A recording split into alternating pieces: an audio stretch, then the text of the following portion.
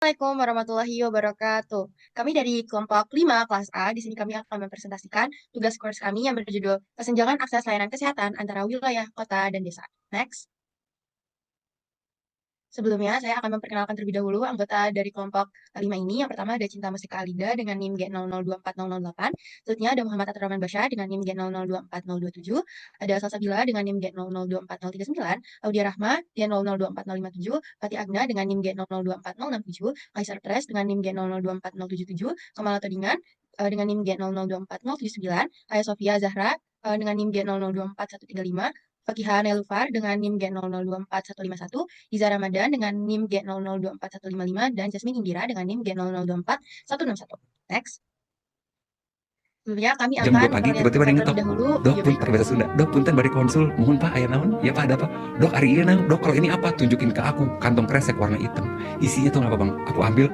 Masya Allah ini mah Rahim, ini yang punyanya mana? Di mobil dok, atau bawa ke sini. Rahimnya copot dari badannya. Ada di kantong kresek. Kok bisa? Makanya aku suruh turun, pakai berangkar Bang. Aku lihat mungkin pucat udah kayak tembok gitu. Ini gimana? Nah, next dulu. Kok bisa sih terjadi hal ini? Bagaimana bisa seorang ibu rahimnya copot pada saat melahirkan? Nah, jadi ceritanya ibu ini itu melahirkan pada seorang dukun beranak dan dukun beranak ini melakukan suatu tindakan sehingga rahim si ibu ini bisa copot. Nah, bagaimana sih hal ini bisa terjadi? Next. Nah, latar belakangnya adalah, pertama, saya akan menjabarkan terlebih dahulu angka kematian ibu di Indonesia. Pada tahun 2022, angka kematian ibu di Indonesia sebanyak 4.005 orang per 10.000 orang di Indonesia, lalu meningkat pada tahun 2023, yaitu meningkat sekitar 124, yaitu menjadi 4.129 orang per 10.000 ibu di Indonesia. Data tersebut diambil dari Maternal Perinatal Death Notification, yaitu sumber data dari Kemenkes.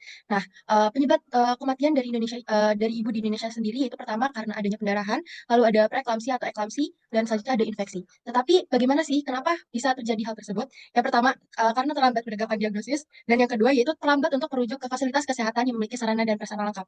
Oleh karena itu, kesenjangan kesehatan dari orang dari masyarakat di Indonesia ini sangat memperlihatkan dan sangat menjadi faktor utama dari kematian masyarakat-masyarakat di Indonesia.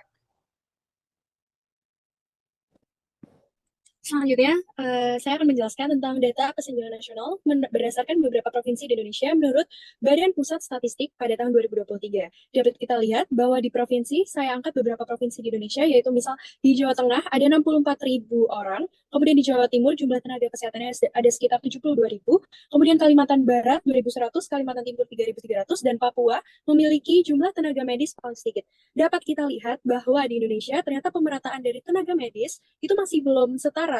Jadi dapat kita simpulkan bahwa tenaga medis di daerah perkotaan, yang banyak daerah perkotaan dan juga daerah pedesaan, itu jumlahnya sangat tidak seimbang.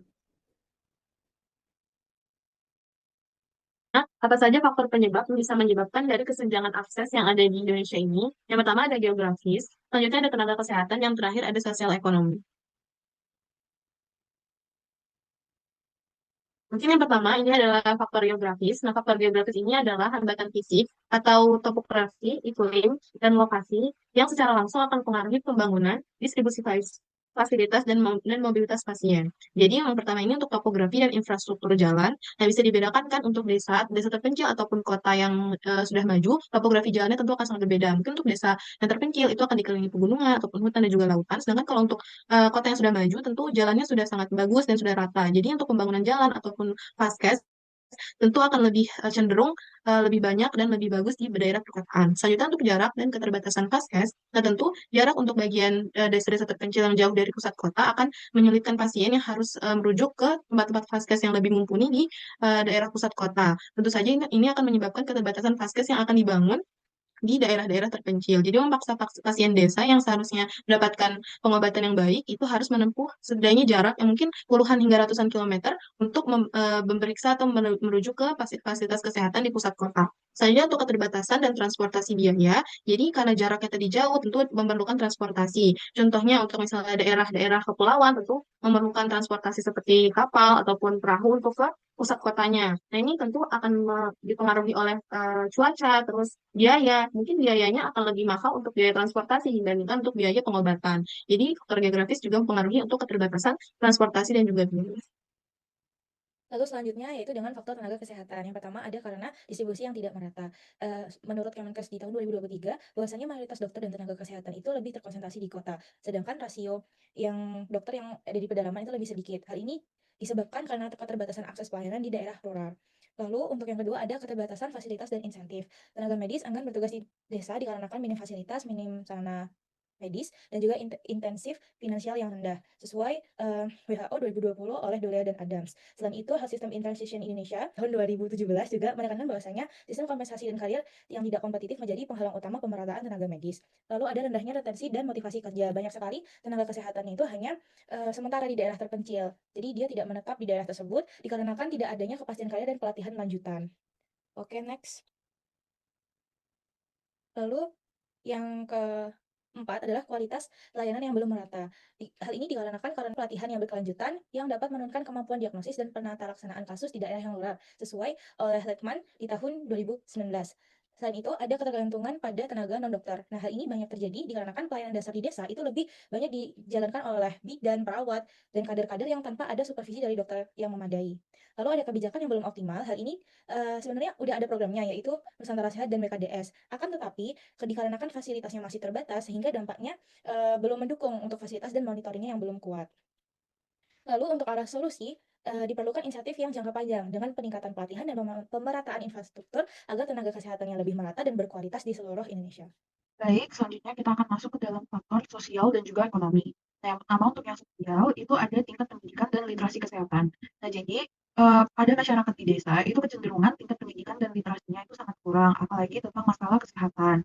Nah, banyak sekali masyarakat yang menunda pengobatan atau dia itu tidak sadar kalau terjadi masalah dalam kesehatan dalam masing-masing masyarakat, sehingga banyak terjadi penundaan pengobatan dan juga penyakitnya itu menjadi lebih fatal. Nah, masyarakat juga banyak yang tidak mengetahui tentang fasilitas kesehatan yang ada di persediaan desanya, sehingga dia juga tidak memfasilitasi fasilitas kesehatan yang tersedia. Kemudian yang kedua itu ada penguasaan teknologi dan juga informasi kesehatan. Nah, ini itu sebenarnya berelasi dengan tingkat literasi dan juga pendidikan. Kenapa? Karena banyak masyarakat desa yang penguasaan teknologinya itu masih sangat rendah. Sedangkan di era kita yang sekarang itu sudah masuk ke era digitalisasi, yang dimana sudah banyak aplikasi-aplikasi yang digunakan untuk fasilitas kesehatan. Dan karena masyarakat desa itu masih kurang penguasaan teknologinya, mereka juga kesulitan untuk menggunakan fasilitas-fasilitas tersebut karena mereka harus menggunakan teknologi yang dimana mereka tidak mengerti cara menggunakannya, sehingga itu juga mengurangi fasilitasi uh, dari penyediaan tenaga kesehatan yang ada di desa. Oke, selanjutnya untuk faktor ekonomi itu ada keterbatasan pembiayaan dan infrastruktur kesehatan. Nah, jadi meskipun di Indonesia itu ada program jaminan kesehatan nasional, tapi di desa itu masih banyak fasilitas yang tidak memadai atau tidak ada alat yang sesuai untuk melakukan tata laksana di desa tersebut, sehingga uh, sehingga alat-alat dan juga tenaga kesehatan yang ada di desa untuk melayani masyarakat itu masih belum optimal dan uh, seringkali terjadi kekurangannya penanganan untuk kesehatan masyarakat di desa. Dan selanjutnya itu terdapat rata-rata pendapatan masyarakat di desa lebih rendah. Nah, jadi untuk masyarakat di desa rata-rata pendapatannya itu kan lebih rendah dibandingkan di masyarakat yang tinggal di kota. Nah, karena hal ini itu dapat menghambat tata laksana kesehatan masyarakat di desa juga, karena sudah diberitahu sebelumnya bahwa di desa itu fasilitasnya masih sangat kurang, sehingga banyak warga desa yang perlu dirujuk ke rumah sakit yang lebih besar dan biasanya itu terdapat di kota. Sehingga masyarakat ini harus pindah dan melakukan travel ke kota yang dimana itu akan. Oke, untuk selanjutnya adalah dampak kesenjangan. Jadi kesenjangan ini itu menimbulkan berbagai dampak multidimensi. Yang pertama, itu meningkatnya angka kesakitan dan kematian. Nah, jadi banyak penyakit yang seharusnya itu bisa ditangani sejak dini itu menjadi berat karena adanya keterlambatan penanganan. Contohnya, kasus kematian ibu dan bayi di pedesaan itu masih jauh lebih tinggi dibanding di kota. Terus, yang kedua, produktivitas ekonomi dan pendapatan menurun. Karena adanya kondisi kesehatan yang buruk, itu membuat mereka itu sering absen, bekerja, atau kehilangan penghasilan. Yang ketiga, sistem kesehatannya, jadi beban fasilitas kesehatan di kota itu meningkat. Karena pasien di desa akhirnya dirujuk ke kota dengan kondisi yang sudah parah. Yang keempat, di sosial ekonomi, jadi kesenjangan ini itu menimbulkan ketidakadilan sosial, yang mana itu juga bertentangan terhadap prinsip keadilan sosial bagi seluruh rakyat Indonesia, sebagaimana tercantum dalam sila kelima Pancasila. Nah, jadi kalau dibiarkan, ketimpangan ini tidak akan hanya menghambat pembangunan kesehatan, tapi juga dapat memperlebar kesenjangan ekonomi nasional. Next. Ya, jadi di slide sebelumnya sudah dipaparkan mengenai dampak dari kesenjangan sosial yang tentu saja kita nggak boleh membiarkan hal-hal seperti ini terus terjadi. Nah, jadi sekarang kita akan masuk ke solusinya. Jadi kami akan memulai rekomendasi strategis yang pertama, yaitu penguatan infrastruktur. Nah, jadi teman-teman sekalian, infrastruktur adalah wadah dari semua layanan kesehatan. Kita tidak bisa menempatkan dokter dan teknologi kesehatan yang canggih di tempat yang nggak punya fondasi yang layak. Jadi di sini rekomendasi kami itu terbagi dua. Yang pertama adalah infrastruktur fisik atau infrastruktur keras. Ini adalah hal-hal yang paling fundamental.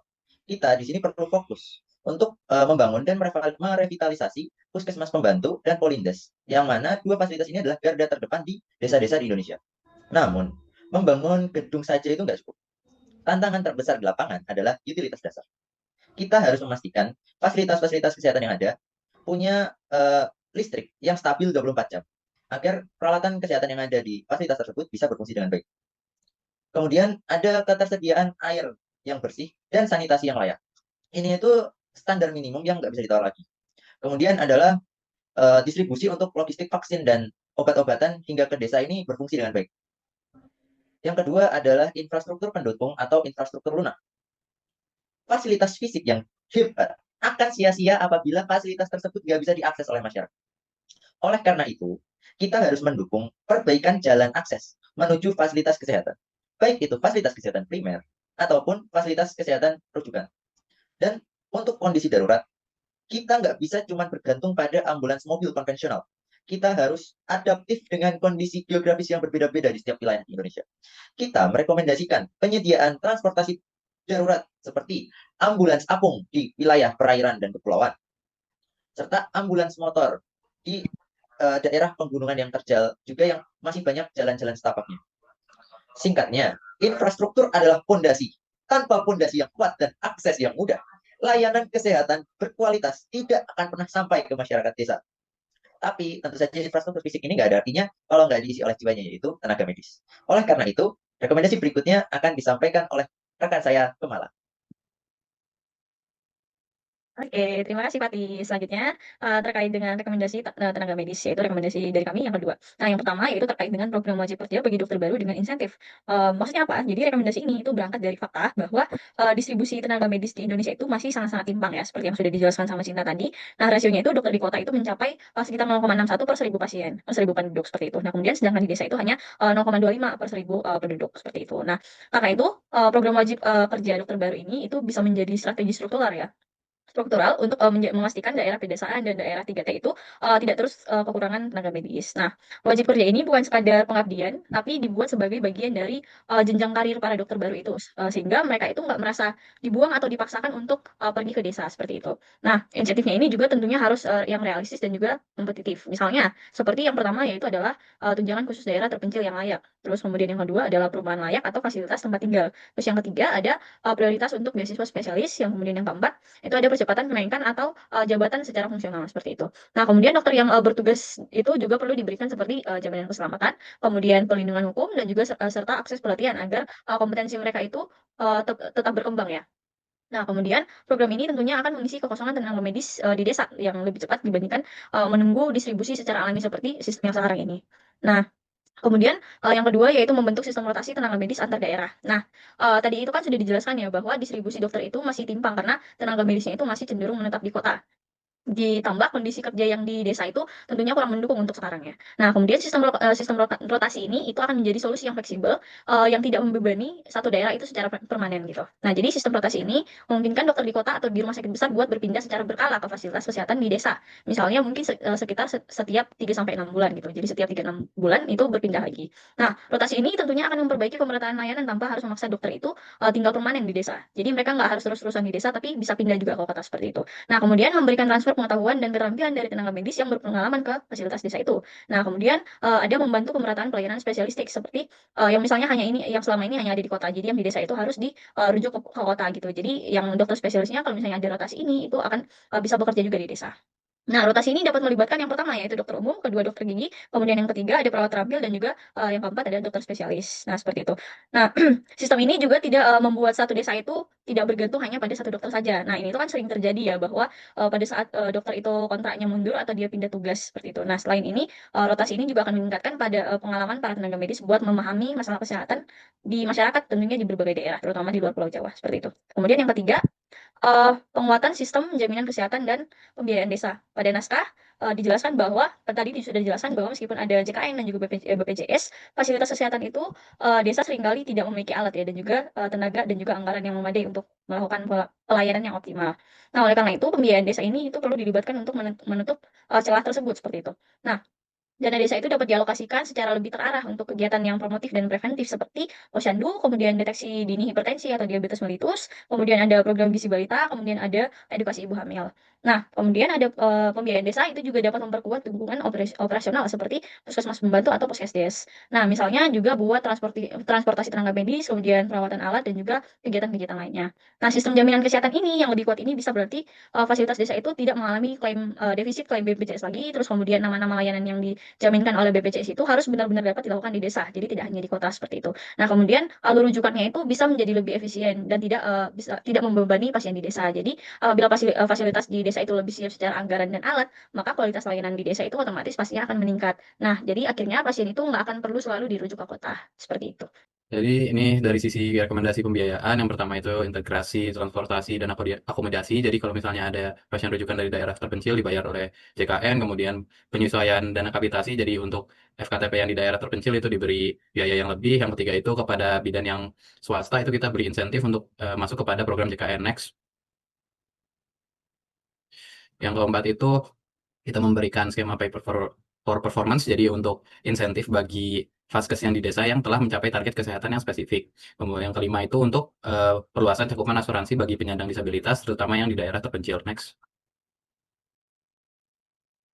Baik, selanjutnya kita akan memberikan rekomendasi untuk pada sektor digitalisasi dan sektor kolaborasi. Yang pertama kita ada implementasi telemedicine berbasis public health. Jadi untuk telemedicine itu merupakan pemberian layanan kesehatan seperti konsultasi, diagnosis awal, pemantauan, hingga edukasi yang dilakukan dari jarak jauh menggunakan teknologi informasi dan komunikasi seperti panggilan video, aplikasi, atau transmisi data digital.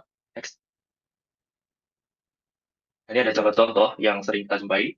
Jadi itu tujuannya itu bukan hanya untuk diagnosis penyakit umum, tetapi juga untuk screening penyakit kronis, pemantauan kesehatan ibu dan anak atau KIA, dan edukasi kesehatan nasional massal yang diajarkan dari area rujukan atau puskesmas kota. Dari next. Berikutnya merupakan model kolaborasi hub and spoke dengan pemanfaatan telemonitoring. Jadi pemanfaatan konsep hub and spoke dalam layanan kesehatan itu untuk menciptakan kerujukan dan dukungan yang efisien dan terstruktur guna meratakan akses layanan kesehatan spesialis yang biasanya terpusat di perkotaan. Model ini bertujuan untuk mengoptimalkan pemanfaatan sumber daya manusia dan fasilitas yang terbatas, mengurangi waktu tunggu dan biaya perjalanan bagi pasien di daerah terpencil. Sekaligus untuk memastikan bahwa setiap pasien menerima tingkat perawatan yang sesuai dan tepat waktu terlepas dari lokasi geografis mereka. Bisa next. Ya, jadi ada merupakan flowchart-nya. Jadi untuk mekanismenya, HUPS itu dalam layanan kesehatan itu kerjanya secara sistematis dengan menetapkan fasilitas kesehatan tingkat atas seperti rumah sakit tipe B atau C yang memiliki spesialis dan teknologi yang lengkap sebagai hub atau pusatnya dan menghubungkan dengan fasilitas kesehatan tingkat pertama atau sekunder yang lebih kecil dan sebar seperti puskesmas atau puskesmas utama di desa sebagai spoke atau jaringnya. Ya, jadi melalui pemaparan hari ini kita telah melihat dengan jelas bahwa kesenjangan akses layanan kesehatan antara wilayah kota dan desa di Indonesia adalah sebuah fakta yang nyata dan mendesak. Nah, kita telah mendengar dari Cinta tadi mengenai data nasional yang menunjukkan disparitas tersebut. Nah, kesenjangan ini tidak terjadi begitu saja. Seperti yang telah diuraikan oleh Fakia, Ayah, dan Jasmine, ada akar masalah yang kompleks di baliknya, yaitu mulai dari tantangan geografis dan infrastruktur dasar, terus distribusi tenaga kesehatan yang timbang, hingga faktor sosial ekonomi yang membatasi kemampuan masyarakat desa untuk mengakses layanan yang layak. Nah, dampak dari semua ini sangat serius. Seperti yang telah digarisbawahi oleh Bella, yaitu menurunnya kualitas hidup, angka kematian ibu dan anak yang tinggi di pedesaan, dan produktivitas yang terhambat. Namun kami tidak ingin berhenti hanya pada masalahnya. Kami percaya bahwa setiap masalah ini memiliki solusi. Seperti yang diuraikan oleh Fatih, Kemala, Basyar, dan Iza, mereka telah memaparkan 4 pilar rekomendasi yang saling terkait, yaitu penguatan infrastruktur kesehatan di daerah terpencil, kebijakan afirmatif untuk pemenuhan dan retensi tenaga medis, lalu ada reformasi pembiayaan yang berkeadilan dan pro pedesaan, dan yang tidak kalah penting akselerasi digitalisasi kesehatan dan penguatan kolaborasi lintas sektor. Jadi pesan utama dari presentasi ini adalah upaya ini tidak bisa berjalan sendiri-sendiri. Membangun puskesmas mewah itu tidak ada artinya jika tidak ada dokter dan perawatnya. Mengirim dokter itu juga tidak akan efektif jika sistem pembiayaannya dan dukungan teknologinya tidak memadai. Nah, Jadi menutup kesenjangan ini bukan hanya soal anggaran atau teknologi, ini adalah soal keadilan sosial. Nah, ini adalah komitmen kita bersama untuk mewujudkan Indonesia yang sehat dan setara, di mana setiap warga negara, dimanapun mereka tinggal, memiliki hak yang sama untuk hidup sehat. Jadi demikian pemaparan dari kelompok kami. Kami menyadari bahwa presentasi ini masih dari kata sempurna. Tapi terima kasih atas perhatiannya. Assalamualaikum warahmatullahi wabarakatuh.